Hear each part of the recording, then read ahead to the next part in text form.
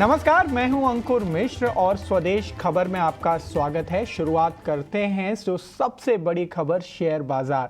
आज शेयर बाजार के लगभग सभी इंडेक्स में गिरावट देखने को मिली। निफ्टी में गिरावट जारी रही और निफ्टी की 50 में से 37 कंपनियों के शेयर गिरावट के साथ लाल निशान में बंद हुए। दिन भर कैसा रहा बाजार, एक्शन बता रहे हैं अंश भीलवार। अंश,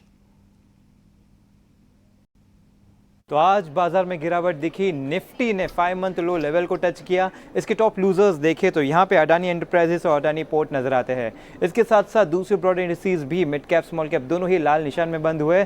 मिड कैप 3 सेशन से लगातार खरीदारी कर रहा था और अब लाल निशान में बंद होता हुआ नजर आया। अब अगर सेक्टोरल इंडिसेस की बात करें तो Nifty reality top sectoral gainer के तौर पर नजर आ रहा है, जो कि चौथा सेशन है लगातार खरीदारी का। इसके साथ साथ हम देख रहे हैं कि निफ्टी आईटी ने भी हरे निशान में क्लोजिंग दी और ये दूसरा सेशन है लगातार खरीदारी का। अब अगर सेक्टर लूजर्स की बात करें तो Nifty PSU bank top sector loser के तौर पे नजर आता है, जिसने कि 9 मंथ लो के लेवल को भी छुआ। साथ ही साथ निफ्टी एनर्जी इंडेक्स ने भी दरअसल 9 मंथ लो के लेवल को टच किया, तो यहाँ पे काफी बेरिश सेंटीमेंट बनता हुआ नजर आता है। इसके साथ साथ हम देख रहे हैं कि निफ्टी मेटल और निफ्टी बैंक ने 3 महीने के लो लेवल को टच किया। निफ्टी बैंक की बात कर रहे हैं तो निफ्टी बैंक का अगर चार्ट देखें तो निफ्टी बैंक ने आज का लो जहां बनाया वहां पे 200 डीए में घूमता हुआ नजर आ रहा था, तो यहां से एक अच्छी रिकवरी आती हुई नजर आई थी।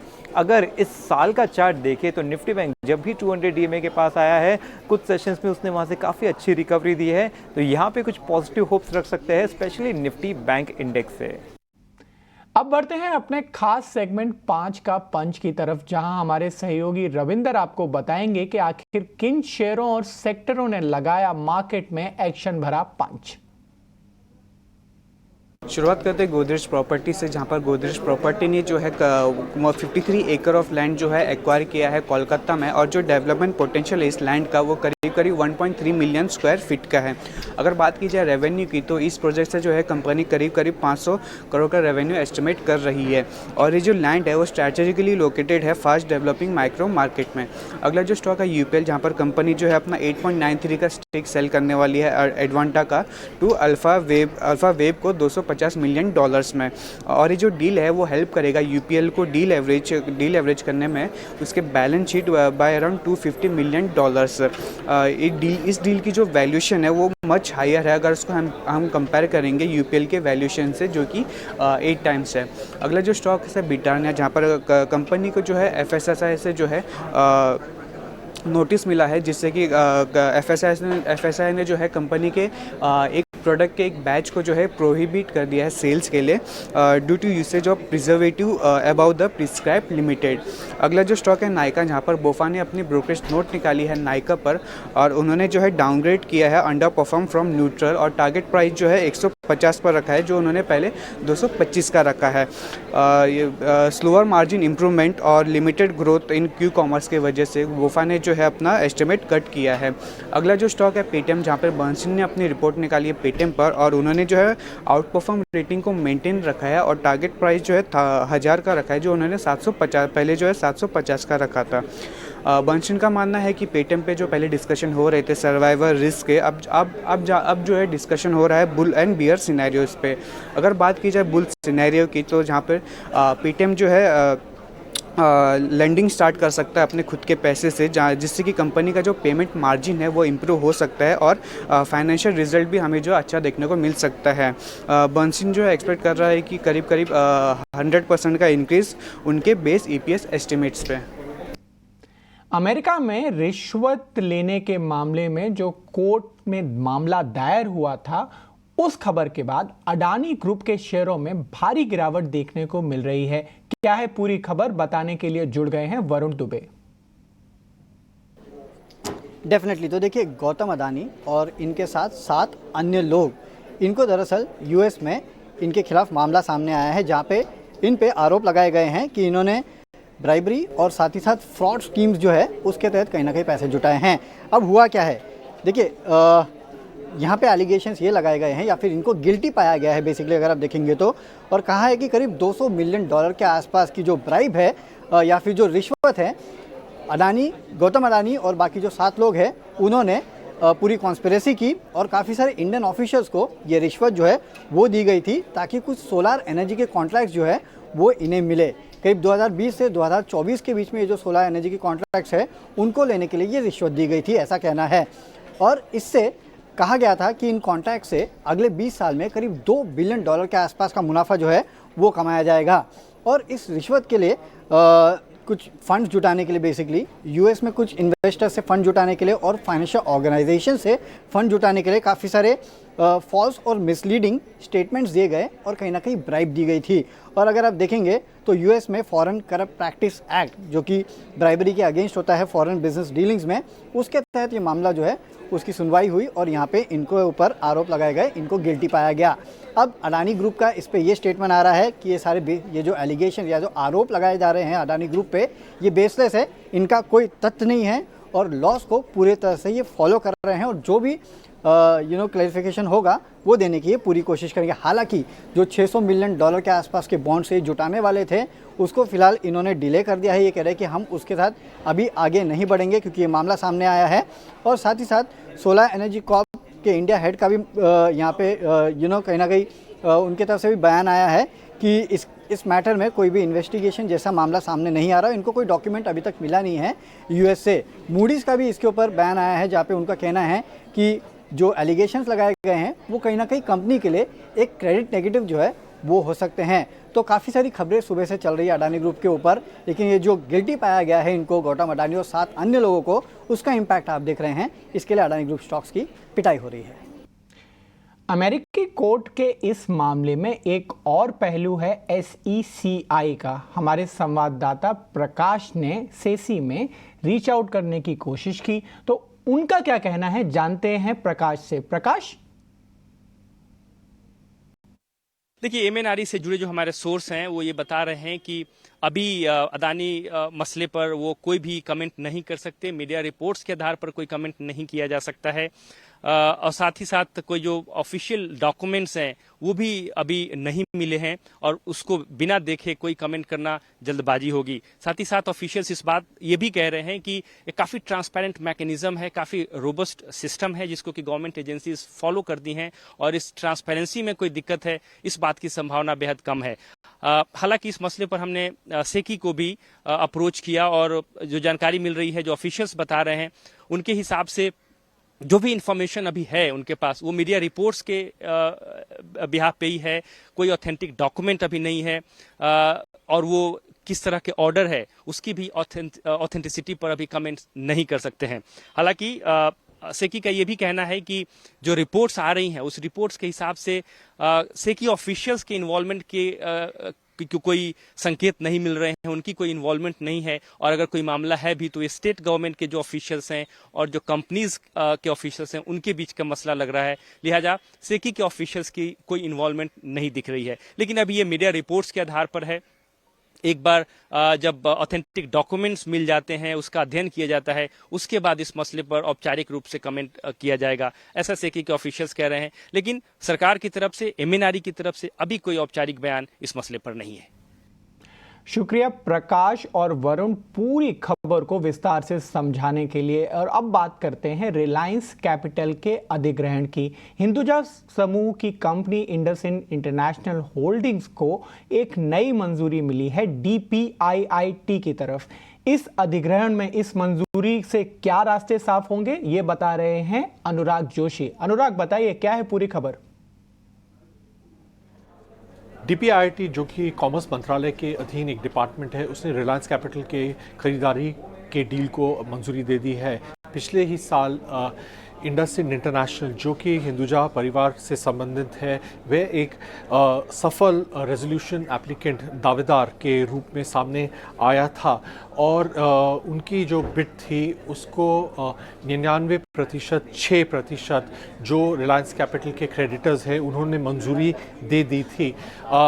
2021 में रिलायंस कैपिटल को RBI के एक दलील के बाद NCLT में दाखिल किया गया था, और ये इसलिए दाखिल किया गया था क्योंकि रिलायंस कैपिटल ने अपने जो बॉन्ड्स और जो लोन्स हैं उनमें डिफ़ॉल्ट हुआ था, और इसके चलते उसको इंसॉल्वेंट घोषित करने के लिए ये दलील RBI ने डाली थी। उसके बाद कई बिडर्स सामने आए, जिनमें इंडस इंटरनेशनल फ्रंट रनर था, और एक टॉरेंट इन्वेस्टमेंट्स भी था जिसने बिड की थी ये कंपनी के लिए।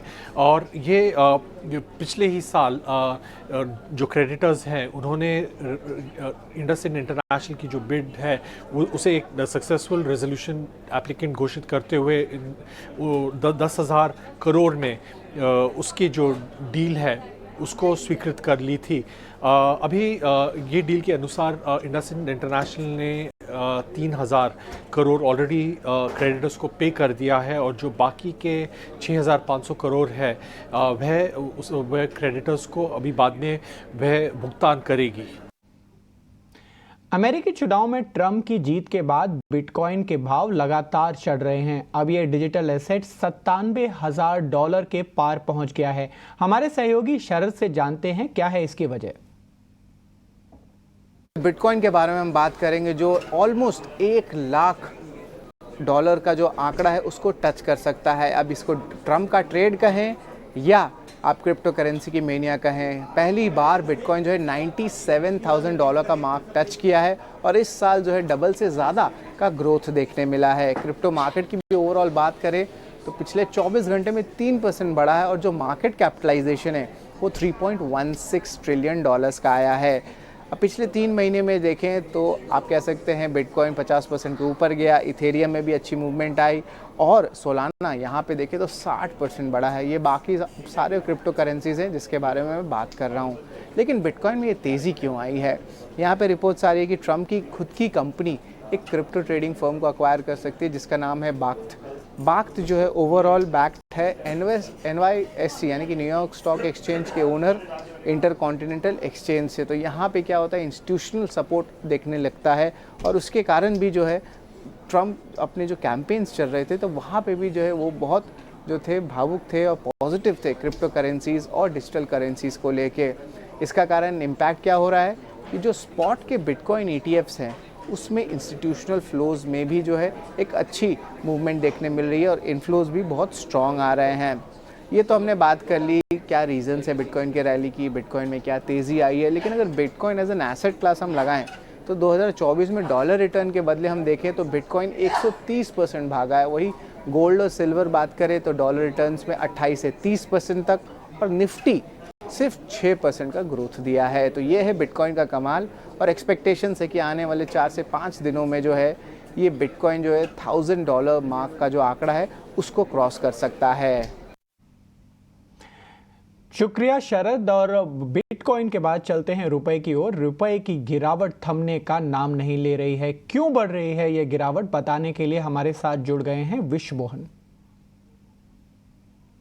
रुपए की कमजोरी लगातार बढ़ती जा रही है। डॉलर के मुकाबले रुपया लगातार नया रिकॉर्ड निचला स्तर बनाता जा रहा है। $1 का भाव अब $84.49 तक पहुंच चुका है। सबसे बड़ी वजह रुपए की कमजोरी की यही है कि घरेलू इक्विटी मार्केट में FPIs की लगातार बिकवाली दिख रही है। पिछले सत्र में भी हमने बिकवाली देखा, आज भी घरेलू इक्विटी मार्केट में काफ़ी गिरावट दिखी, और इसके पीछे भी FIIs की बिकवाली वजह बताई जा रही है, और यही वजह है कि रुपया लगातार कमज़ोर रहा है। अब तक RBI की तरफ से कुछ बड़े हस्तक्षेप जो उम्मीद की जा रही थी वो अब तक नहीं हुआ है। ये भी वजह है कि रुपये को सपोर्ट नहीं मिल रहा है। दूसरी तरफ डॉलर को आप देखें तो लगातार मजबूत हो रहा है।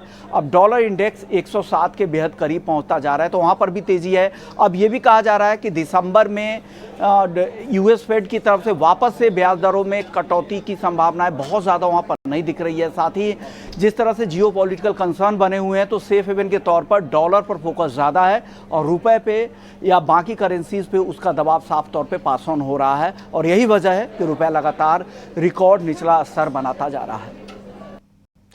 विश्व मोहन, आप हमारे साथ बने रहिए। जहां एक और रुपए में कमजोरी है वहां सोने की महंगाई फिर से बढ़ती जा रही है। क्या है इस तेजी की वजह, बताने के लिए विश्व मोहन हमारे साथ लगातार जुड़े हुए हैं। देखिए, सोने में खरीदारी लगातार फिर से बढ़ती दिख रही है। ये लगातार चौथा सत्र है जब सोना मजबूती दिखा रहा है। एमसीएक्स पर सोने का भाव 76,500 रुपए के ऊपर पहुंच चुका है। अब रिकॉर्ड से सिर्फ 3,000 रुपए ही दूर सोना है। कॉमेक्स की बात करें तो कॉमेक्स गोल्ड फ्यूचर्स भी $2,670 के ऊपर पहुंच चुका है। सबसे बड़ी चिंता है ग्लोबल राजनीतिक तनाव। जिस तरह से रूस और यूक्रेन में लगातार लड़ाई हो रही है, यूक्रेन ने पश्चिमी देशों के लॉन्ग रेंज वाले मिसाइल से रूस पर लगातार दूसरी बार कल हमला किया। फिर उसके जवाबी कार्रवाई रूस की तरफ से की गई है और साथ ही रूस की तरफ से परमाणु हमले की भी बात लगातार की जा रही है, चेतावनी दी जा रही है। तो इससे तनाव काफ़ी बढ़ा है। साथ ही खाड़ी देशों में जो सीज फायर की उम्मीद थी, उस सीज फायर को लेकर अनिश्चितता बनी हुई है। यूएन के प्रस्ताव पर यूएस ने वीटो लगा दिया है। तो हाल फिलहाल अब वहाँ पर सीज फायर की संभावनाएं कम होती जा रही है। तो ये दोनों तनाव हैं जो वहाँ पर सेफ हेवन के तौर पर गोल्ड को सपोर्ट कर रहे हैं। दूसरी तरफ यहाँ पर रिस्की एसेट्स में इक्विटी मार्केट में बिकवाली दिख रही है, उसका फ़ायदा भी गोल्ड को मिल रहा है। साथ ही यहाँ पर हेजिंग के लिए ईटीएफ की बाइंग थोड़ी बहुत हो रही है, सेंट्रल बैंकों की खरीदारी से सपोर्ट है। सो ये सारे फैक्टर्स हैं जो गोल्ड को फिर से सपोर्ट कर रहे हैं। पिछले हफ्ते की बिकवाली के बाद फिर से सोने में अच्छी रिकवरी दिखनी शुरू हो चुकी है और अच्छी तेजी के साथ आज के सत्र में भी सोना कारोबार कर रहा है। और ये चौथा कारोबारी दिन है जहाँ पर सोने में अच्छी मजबूती दिख रही है। अगर आप इंश्योरेंस के बढ़ते हुए प्रीमियम से परेशान हैं तो आपके लिए ये खबर काफी अहम है। जीएसटी काउंसिल की अगली बैठक में इंश्योरेंस प्रीमियम पर जीएसटी में कटौती पर विचार हो सकता है। खबर पर और जानकारी लेते हैं अनुराग शाह से। इंश्योरेंस प्रीमियम पर जीएसटी की रिलीफ की बात पिछले कई महीनों से हो रही है। पिछली 2 जीएसटी काउंसिल की मीटिंग में भी उम्मीद की जा रही थी, लेकिन इस पर कोई चर्चा नहीं हो सकी। और अगली जो जीएसटी काउंसिल की बैठक है दिसंबर के अंदर, उसमें ये माना जा रहा है कि रिलीफ मिल सकती है इंश्योरेंस प्रीमियम पर। और इसका एक जो कनेक्शन है, लिंक है, वो इंश्योरेंस एक्ट अमेंडमेंट से भी जुड़ा हुआ है, क्योंकि हमारे सूत्रों के मुताबिक सरकार चाहती है कि एक बार पहले जीएसटी प्रीमियम इंश्योरेंस प्रीमियम में जीएसटी रिलीफ दिया जाए और उसके बाद है जो इंश्योरेंस एक्ट अमेंडमेंट का जो बिल है वो पार्लियामेंट में पेश किया जाए, क्योंकि ये काफ़ी बड़ा रिफॉर्म है। और इंश्योरेंस प्रीमियम पर जीएसटी कटौती करने की बात है वो सरकार के मंत्री से लेके विपक्षी पार्टियां भी कर रही है। और 18% जो जीएसटी है वो इंश्योरेंस के पेनिट्रेशन में भी एक बाधा के तौर पे देखा जा रहा है। जिस तरह से सरकार का और रेगुलेटर का लक्ष्य है इंश्योरेंस फॉर ऑल का, और भारत के अंदर जो इंश्योरेंस पेनिट्रेशन है नॉन लाइफ के अंदर वो ग्लोबल एवरेज से काफ़ी कम है। तो इंश्योरेंस की पहुंच बढ़ाने के लिए भी जीएसटी की दरों में कटौती करना जरूरी है। और अब जिस तरह से जीओएम के द्वारा सुझाव दिया गया है, टर्म इंश्योरेंस पर रिकमेंडेशन दी गई है कि 0 जीएसटी करने का, और इसके अलावा सीनियर सिटीजन के लिए हेल्थ इंश्योरेंस प्रीमियम और 5 लाख रुपए तक के सम एश्योर्ड के ऊपर भी जीएसटी जो है नहीं लागू करने की बात जीओएम की रिकमेंडेशन है। तो अब दिसंबर के अंदर ये पूरी तरह से माना जा रहा है कि जीएसटी काउंसिल कुछ रिलीफ देगा इंश्योरेंस प्रीमियम पर जीएसटी की रेट्स को लेके। और इसका एक कनेक्शन भी है कि अब इंश्योरेंस एक्ट अमेंडमेंट जो सरकार विंटर सेशन में बिल पेश करना चाहती है, तो उससे पहले जो है जीएसटी की दरों में कटौती की जरूर होगी। शुक्रिया अनुराग। इस बैठक का कई सारे कंज्यूमर्स को इंतजार रहेगा। अब आगे बढ़ते हैं और एक ऐसी खबर को देखते हैं जहां पर अमूमन जब आप नौकरी मांगने जाते हैं तो सैलरी मांगते हैं, लेकिन यहां पर जोमेटो के सीईओ दीपेंद्र गोयल ने एक ऐसी अनोखी नौकरी के लिए एप्लीकेशन मांगी है जो ट्रेडिशनल जॉब ऑफर से बिल्कुल अलग है। यहां पर आपको पैसे देने पड़ेंगे। क्या है पूरा मामला, बता रहे हैं हमारे सहयोगी प्रशांत पांडे। जी, जोमेटो के सीईओ दीपेंद्र गोयल ने बड़ी ही दिलचस्प जॉब ऑफर के साथ सभी को चौंका दिया है। ये दिलचस्प भी है, अजीबोगरीब शर्तों के साथ भी है। अब सबसे बड़ी बात यह है कि ये जो नौकरी उन्होंने जॉब ऑफर दिया है, ये job offer chief of staff का है जो सीईओ की मदद करेगा। अजीबोगरीब शर्तों के बावजूद 10,000 से ज़्यादा आवेदन इस जॉब ऑफर में मिले हैं। इस एप्लीकेशन में जाहिर तौर पर लोगों ने दिलचस्पी दिखाई है। अब शर्तें क्या हैं, ज़रा वो जान लीजिए। पहली शर्त तो ये है कि पहले साल इस जॉब में आपको कोई सैलरी नहीं मिलेगी। जी हाँ, ये पहली और सबसे महत्वपूर्ण शर्त है। उल्टा आपको अपनी जेब से 20 लाख रुपए देने होंगे, जो कि 100% डोनेशन के तौर पर इस्तेमाल इसका किया जाएगा। जैसा मैंने कहा कि 10,000 से ज़्यादा आवेदन इस जॉब ऑफर के लिए आए हैं। दीपेंद्र गोयल ने ये स्पष्ट किया है कि ये जो जॉब ऑफर है ये पैसा बनाने या रिज्यूम बनाने इसके लिए नहीं है, बल्कि वो चाहते हैं ऐसे जुनूनी व्यक्ति का साथ जो ज़ोमैटो, ब्लिंकिट जैसे ब्रांड्स को और ज़्यादा बेहतर और बड़ा बनाने में अपना योगदान दे सके। और जाहिर सी बात है कि इस पूरे ट्वीट ने, इस बड़े जॉब ऑफर ने काफ़ी सुर्खियां बटोर ली हैं। शुक्रिया प्रशांत। और अब वक्त हो चला है एक छोटे से ब्रेक का। ब्रेक के बाद जल्द वापस आते हैं।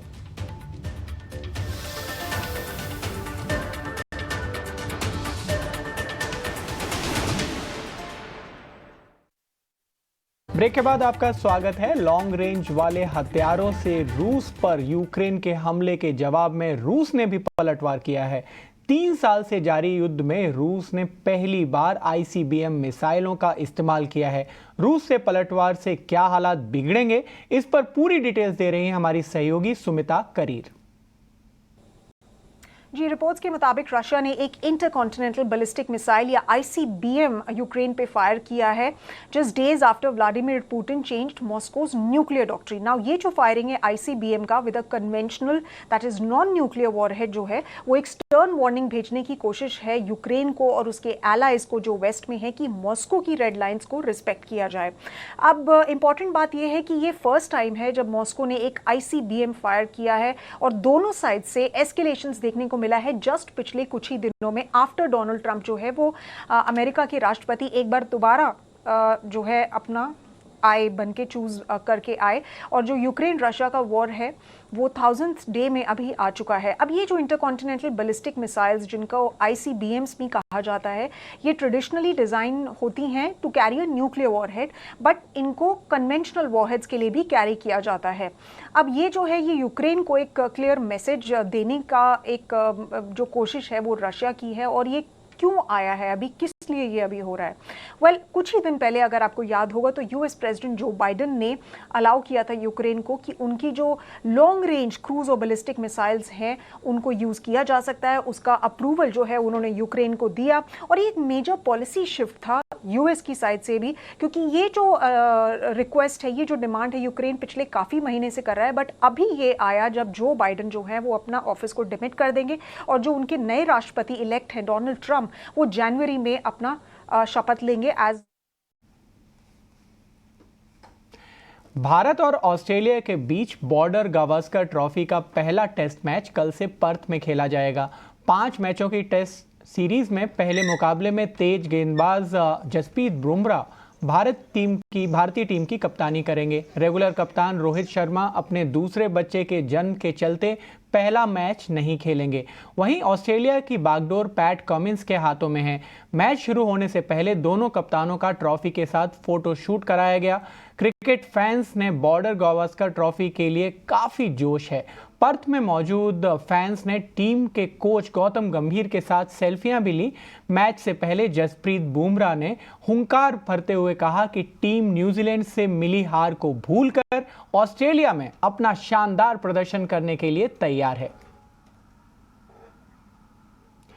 क्रिकेट के 2 दिग्गज भारत और ऑस्ट्रेलिया के बीच शुरू हो रहे टेस्ट मैच टीम इंडिया के लिए कितना चुनौती भरा रहने वाला है, बता रही हैं हमारी सहयोगी करिश्मा सिंह। बॉर्डर गावस्कर का पहला टेस्ट मैच पर्थ में शुरू होने वाला है 22 नवंबर से। अगर भारत की बात करें तो वो बिल्कुल चाहेगा कि वो पर्थ का मैच जीते, शुरुआत जीत से करे, क्योंकि हमें वर्ल्ड टेस्ट चैंपियनशिप की भी बात करनी होगी जिसमें ये बहुत ज़्यादा ज़रूरी है कि भारत 4 टेस्ट मैचेस जीते जिससे कि वो अपने बूते पर क्वालिफाई कर पाए वर्ल्ड टेस्ट चैंपियनशिप के लिए। अगर हम पर्थ टेस्ट की बात करते हैं तो इसकी जो कप्तानी है वो जसप्रीत बुमराह करेंगे, क्योंकि रोहित शर्मा जो है वो पहले टेस्ट के लिए अवेलेबल नहीं है। हमारे पास सीमर्स भी हैं, बुमराह जैसे मैंने कहा कैप्टनसी तो कर ही रहे हैं और आपके प्राइम सीमर भी होंगे वो। उसके अलावा आपके पास मोहम्मद सिराज भी हैं। जब हमने प्रेस कॉन्फ्रेंस देखी थी मॉर्नी मॉर्कल की, तो उसमें कहीं ना कहीं लग रहा था कि नीतीश रेड्डी और हर्षित राणा को भी जो है वो प्रेफरेंस मिल सकती है खेलने के लिए। तो किस तरीके से जो है पिच रहेगी, हमने पिच क्यूरेटर को भी सुना था, जो पर्थ ग्राउंड के क्यूरेटर थे, उनका कहना यही था कि बाउंस और पेस रहेगा, और पर्थ तो जाना ही जाता है इन सब